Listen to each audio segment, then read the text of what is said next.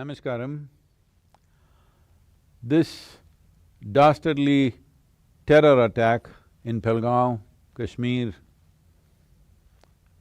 spells a new chapter in terms of what we need to do about protecting innocent people and the general security of the nation itself. The purpose of terrorism is not war, but to cripple a society with fear. Their aim is to spread panic among people, divide the society, derail the economic growth of the nation, create strife, violence and lawlessness at every level. In other words, reduce the country into a failed state. Of all the kinds of violence that happens in the world, religiously motivated terrorism is the most dangerous.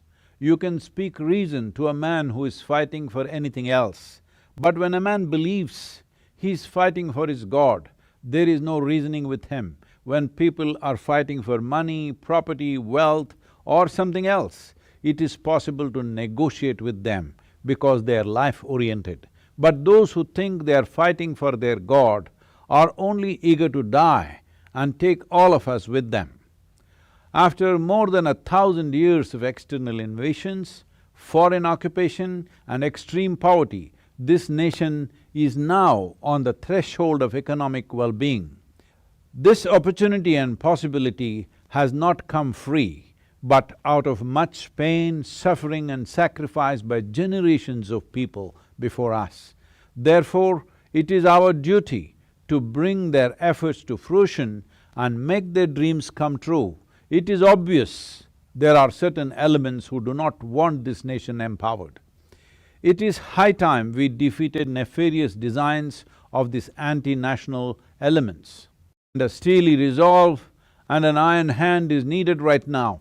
There are those who are not committed to the idea of nationhood, and they cannot be dealt with softly. If we want to preserve and nurture the sovereignty of this nation, these elements who are willing to kill indiscriminately and also die in the process, whose beliefs are not concurrent with the fundamentals of the nation-state, should be dealt with an iron hand and a steely, long-term resolve.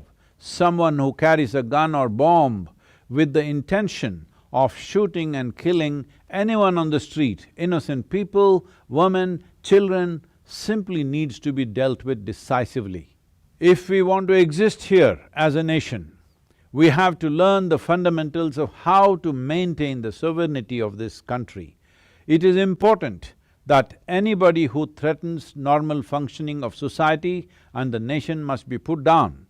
The long-term solutions are different, but this fighting for God has to be put down absolutely.